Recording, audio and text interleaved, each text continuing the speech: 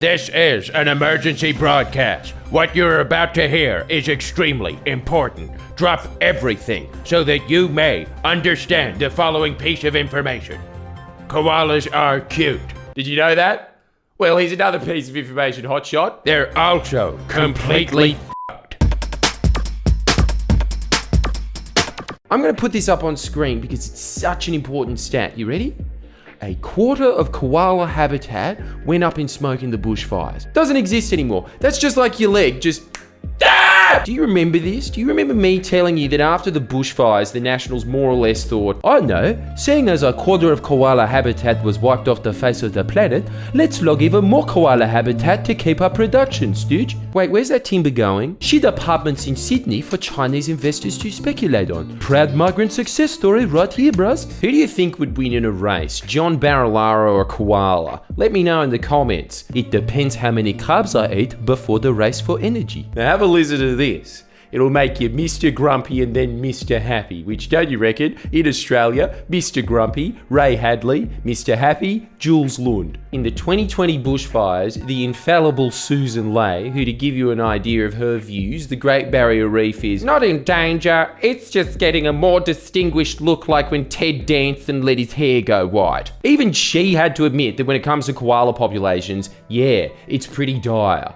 Their estimate is that in the mid-north coast alone, one of the last strongholds of koalas, 8,000 burnt to a crisp. But remember, how would they know? They may as well have said 8 and one of them was this one. I hope it was that one. We've got no idea how many are left because, as we said before, they refuse to do a count. And the reason they refuse to do a count is they know that this is an issue that would activate the public's ire, and they don't plan on actually doing anything to help these species out. As check this, to give you an idea of just how little the Liberals care, if you've got a vagina, this will scare your flaps off.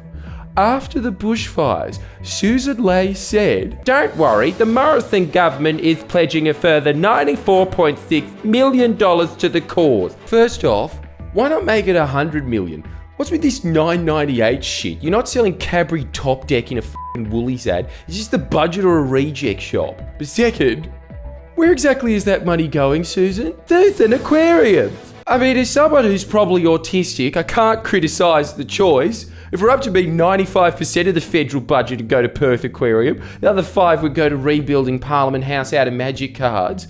But having said that, I think that neon tetras and those stingrays kids molest in the open tank will be fine. Isn't it truly remarkable that even when they're handing out their token amount, how is $94 million supposed to even begin to mitigate the devastation of peeling back every environmental law in the country? It's like adding a flute player to Slipknot. Do you really think you could hear it over the clown and that other smashing kegs with a baseball bat? But even then, in the PR piddly amount where they're pretending to care, they still care so little that they give it to the only animals in the country that are protected. Depressing, right? Still not as depressing as this Slipknot cover band footage. This actually happened.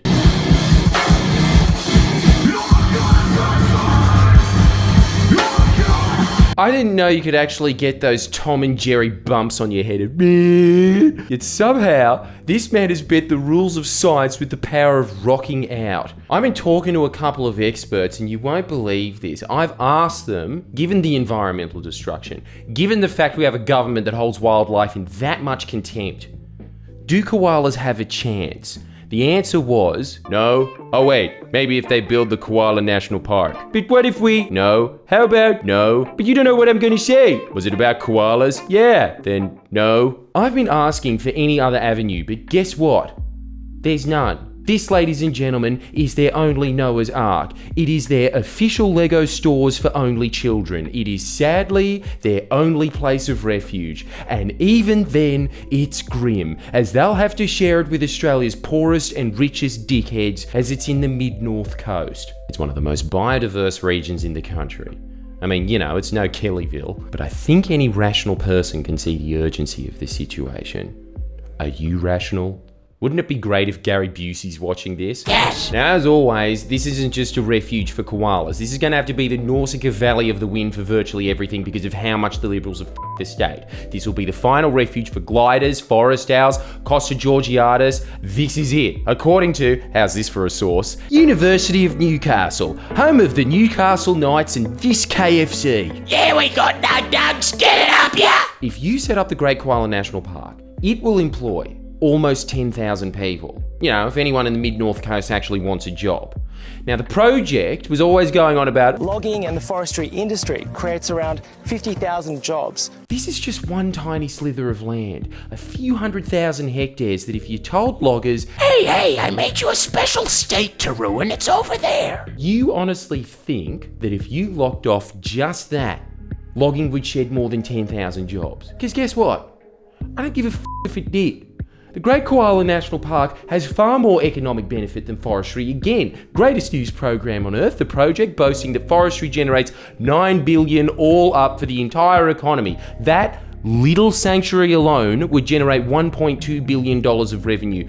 Do whatever you want to the rest of the fucking state. Just leave that alone. This is the only hope that koalas have. And again, to all the dickheads that say, both parties the same. Labor committed to building the Great Koala National Park. The Liberals committed to allowing Forestry New South Wales to turn it into chipboard that I assume will be used to make this spook house ride that isn't even f***ing spooky. What is actually spooky is how hypnotised the New South Wales Libs are by logging lobbyists telling them, F*** the country, build more verandas. And as such, I have a plan.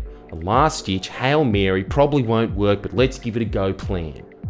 Well, I don't have a plan, I'm an idiot. Sue Arnold from Independent Australia has a plan, and that is, come on, corporate Australia. You can't put enough ads on air of, oh no, a koala's about to cross the road. There you go, mate. Logan Marquez.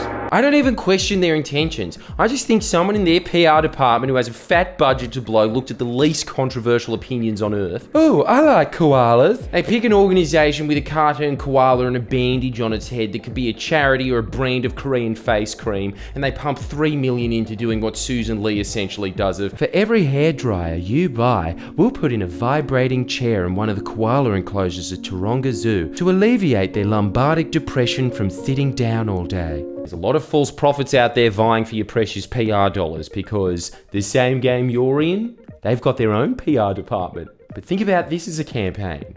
You going down in history as we saved koalas from extinction.